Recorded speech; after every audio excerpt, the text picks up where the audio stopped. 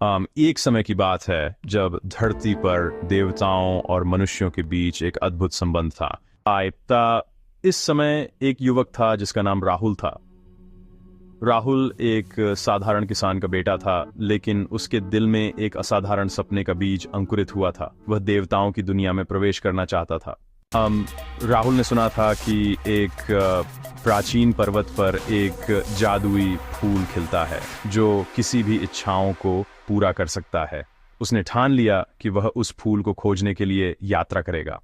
अपने माता पिता से विदा लेकर राहुल ने अपने सफर की शुरुआत की।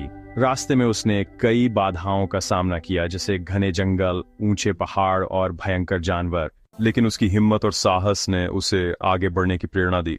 एक दिन जब वह एक खूबसूरत झील के किनारे बैठा था, तभी वहां एक बूढ़ी महिला आई। उसने राहुल की आंखों में उसके सपने की चमक देखी। उसने कहा, तुम्हारे सपने को पूरा करने के लिए तुम्हें अपनी सच्चाई और साहस का परीक्षण करना होगा। उसने राहुल को एक पहेली दी जिसे हल करने पर वो जादुई फूल तक पहुंच सकता था। राहुल ने ध्यान से पहेली को समझा और अपने ज्ञान और बुद्धिमानी का उपयोग करके उसे हल किया। तुमने सही उत्तर दिया है, अब तुम्हें पर्वत की चोटी पर जाना होगा।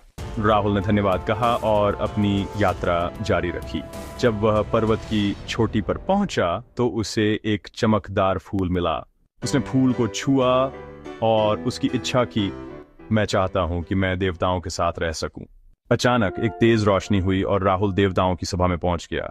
वहां उसने अपने साहस और मेहनत की कहानी सुनाई।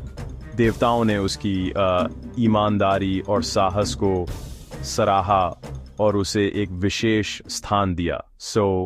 राहुल ने समझा कि असली शक्ति सपनों को पूरा करने में नहीं, बल्कि अपने भीतर की सच्चाई और साहस में होती है। वह वापस अपने गांव लौट आया, लेकिन अब वह केवल एक किसान नहीं था, बल्कि एक प्रेरणा का स्रोत बन गया। उसकी कहानी ने सभी को सिखाया कि अगर हम अपने सपनों के पीछे सच्चे दिल से मेहनत करें तो कोई भी सपना असंभव नहीं है।